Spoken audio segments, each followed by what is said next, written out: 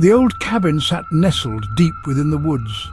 Ancient trees, gnarled and twisted, clawed at the night sky.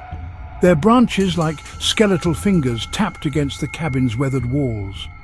A thick fog, cold and damp, swirled around the structure, muffling its presence from the outside world.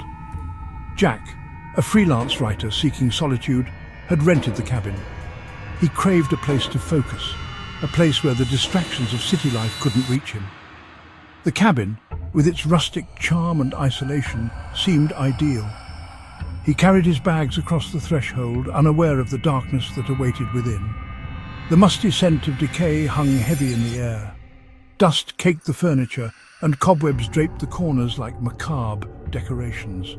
A chill, deeper than the autumn air, seeped from the walls, sending a shiver down Jack's spine. He shrugged it off, attributing it to the cabin's age and isolation. He would air it out, he decided, make it his own. Jack set up his laptop on the old wooden desk, its surface scarred and worn.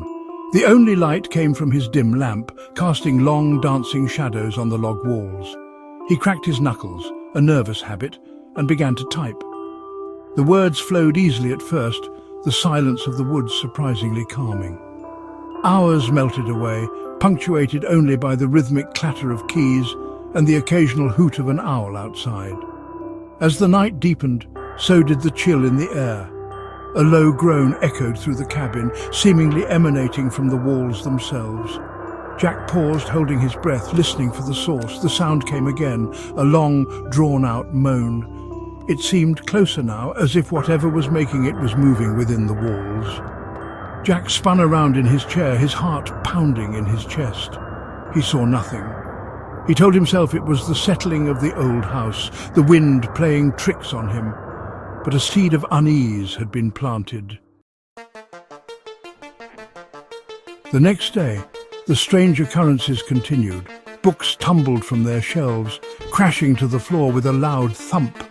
Pictures hanging on the walls swung back and forth, as if pushed by an unseen hand. Jack tried to rationalize each event, but the fear that had taken root in his gut continued to grow. One evening, as Jack sat working at his laptop, the distinct sound of footsteps echoed through the cabin. They were slow, deliberate steps coming from the hallway outside his door. He froze, his fingers hovering above the keyboard, his breath catching in his throat. The doorknob rattled. Panic surged through Jack. He scrambled back from the desk, his heart racing. The doorknob rattled again, more insistently this time. He could hear the sound of heavy breathing on the other side, raspy and uneven. Terror choked him, rooting him to the spot. With a deafening crash, the door burst open.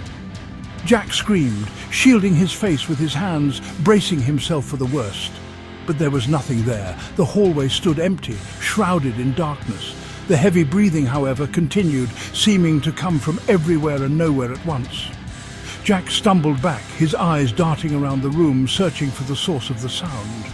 His gaze fell upon a loose floorboard in the corner. He approached it cautiously, his heart pounding in his ears. With trembling hands, he pried up the board. Underneath, nestled in the dirt, lay a small wooden box. He reached in and lifted it out. It was surprisingly heavy, cold to the touch. As he opened it, a gust of icy wind slammed the cabin door shut, plunging him into darkness. From within the box, a voice, thin and reedy, whispered his name. Jack. The box slipped from his grasp, spilling its contents onto the floor. A chill deeper than death swept through the room, and Jack knew, with a certainty that froze his blood, that he was not alone.